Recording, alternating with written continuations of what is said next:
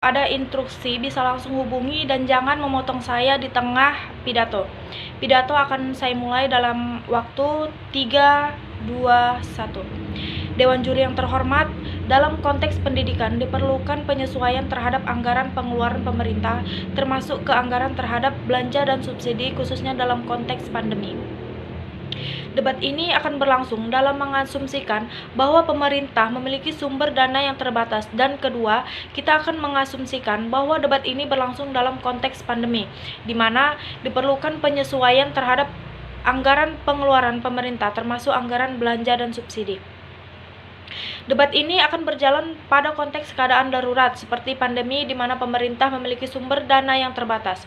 Mengapa konteks ini menjadi penting bagi tim pemerintah terbuka?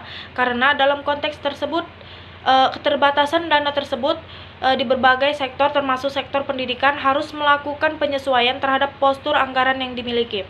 Konteks yang kedua, tampil dalam keadaan sekarang, Kementerian Pendidikan misalnya harus mensubsidi di berbagai banyak hal. Mereka harus membelikan laptop dan telepon seluler kepada guru maupun murid atau mahasiswa dan dosen yang tidak memiliki. Juga mereka harus melakukan subsidi terhadap kuota dari mahasiswa dan murid agar supaya proses pembelajaran secara daring tetap berlangsung. Di sisi lain, Kementerian harus melakukan hal tersebut sambil mengadakan kegiatan-kegiatan berbasis kompetisi pada bidang sains dan teknologi, bahasa, seni, literasi, dan olahraga atau kewirausahaan. Dalam konteks tersebut, Dewan Juri yang terhormat, sebagai pemerintah pembuka, kami meyakini diperlukan write-off atau konsekuensi tertentu di bidang penganggaran agar kegiatan lain tersebut tetap dapat berjalan dan subsidi pemerintah dapat dialokasikan dengan baik dan perspektif. Dalam perdebatan ini, Timur tidak datang membawakan argumen dengan mengasumsikan bahwa negara memiliki anggaran yang tidak terbatas. Oleh karena itu, kami akan membuktikan dua hal dalam konteks ini. Yang pertama, mengapa subsidi hanya kepada prodi-prodi perguruan tinggi dengan keterserapan kerja yang tinggi itu dapat dibenarkan atau justifikasi. Dan yang kedua, dampak efektivitas dari proposal yang akan kami bawakan. Tapi pertama, klarifikasi dalam debat ini, kita akan membicarakan tentang subsidi bukan anggaran tahunan. Maka dalam perdebatan kali ini kampus-kampus tersebut, prodi-prodi tersebut tetap mendapatkan dana tahunan dari pemerintah, namun ada beberapa prodi yang subsidinya akan dikurangi pemerintah. Masuk ke argumen dari tim pemerintah terbuka. Pertama, mengapa hal ini dapat dibenarkan? Mari kita lihat mekanisme dari pemerintah pembuka. Ada 3 hal yang akan kami tekankan pada mekanisme kami. Pertama, kami akan memastikan bahwa subsidi yang diberikan secara profesional dan berjalan seiring waktu dengan perkembangan dari produk tersebut. Maka ketiga produk tersebut memiliki perkembangan yang progresif. Yang baik, kami akan menambah jumlah uang yang disubsidikan kepada produk tersebut. Namun jika terjadi penurunan, kami akan mengurangi jumlah subsidi dari produk tersebut. Kedua, kami juga akan mengupayakan agar sukses uang dari subsidi yang diberikan dapat digunakan untuk membiayai infrastruktur pendukung pada prodi-prodi ini seperti laboratorium, workshop, dan bengkel atau infrastruktur pendukung lainnya. Dan yang ketiga, uang ini dapat digunakan untuk meringankan biaya kuliah supaya cukup banyak mahasiswa yang semakin tertarik untuk menjadi bagian dari program studi ini. Pemerintah pembuka.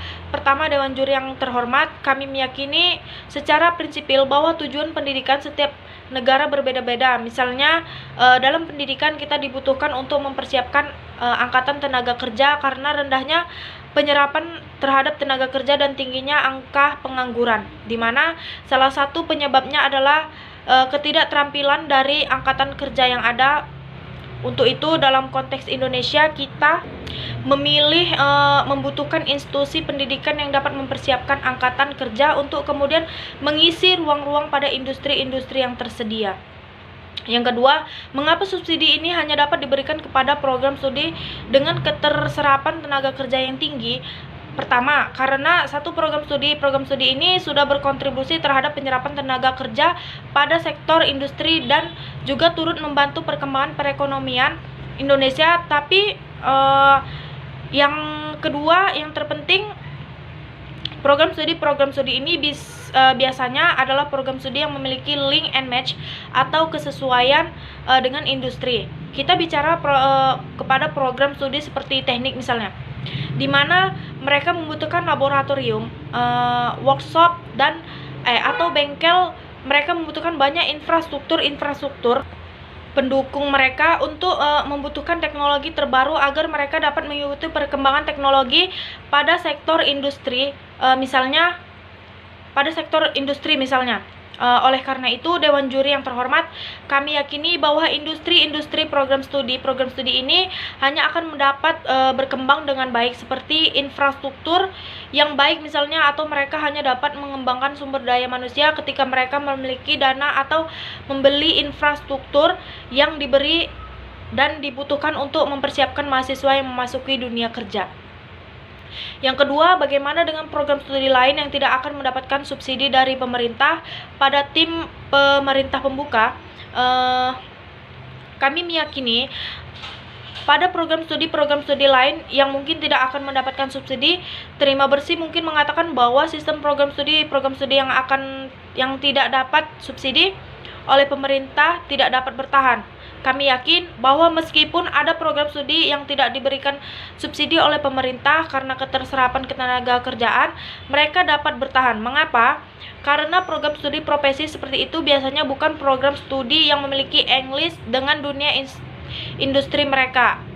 Dengan industri mereka adalah program studi yang dengan karakteristik tidak membutuhkan laboratorium, tidak membutuhkan workshop, atau tidak membutuhkan misalnya infrastruktur pendukung lain yang mencakup seperti program studi yang sedang dibahas. Oleh karena itu, kami yakin program studi seperti ini pun akan bertahan. Kita bicara dengan contoh misalnya program studi seperti filsafat atau sastra, di mana jumlah mahasiswa mereka sedikit dan daya serap lulusan mereka di sektor ketenaga kerjaan juga sedikit, tetapi tetap bertahan selama ini.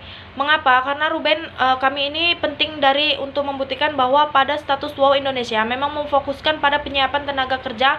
Oleh karena itu, oposisi harus membuktikan mengapa subsidi kami yang dilakukan dengan anggaran yang terbatas tidak sejalan dengan tujuan pemerintah dengan penyiapan dalam konteks penyiapan tenaga kerja tersebut. Sebaiknya kedua tentang dampak dari proposal kami, yakni bahwa proposal ini paling tidak akan menciptakan narasi kepada para mahasiswa untuk semakin tertarik dalam memasuki program studi dengan setiap tingkat penyerapan tenaga kerja yang tinggi, karena mereka akan merasa bahwa biaya kuliah mereka dengan misalnya mereka akan disediakan infrastruktur yang memadai. Tapi yang kedua, yang lebih penting, akan ada insentif dari kampus-kampus untuk memiliki infrastruktur yang baik untuk melakukan pengembangan diri agar supaya mereka tetap mendapatkan subsidi ini. Oleh karena itu, kampus-kampus akan berlomba-lomba untuk misalnya semakin progres dan semakin berkembang dalam metode pengajaran dan infrastruktur bagi para mahasiswa itu. Untuk itu kami bangga membuka perdebatan ini. Kami ucapkan terima kasih.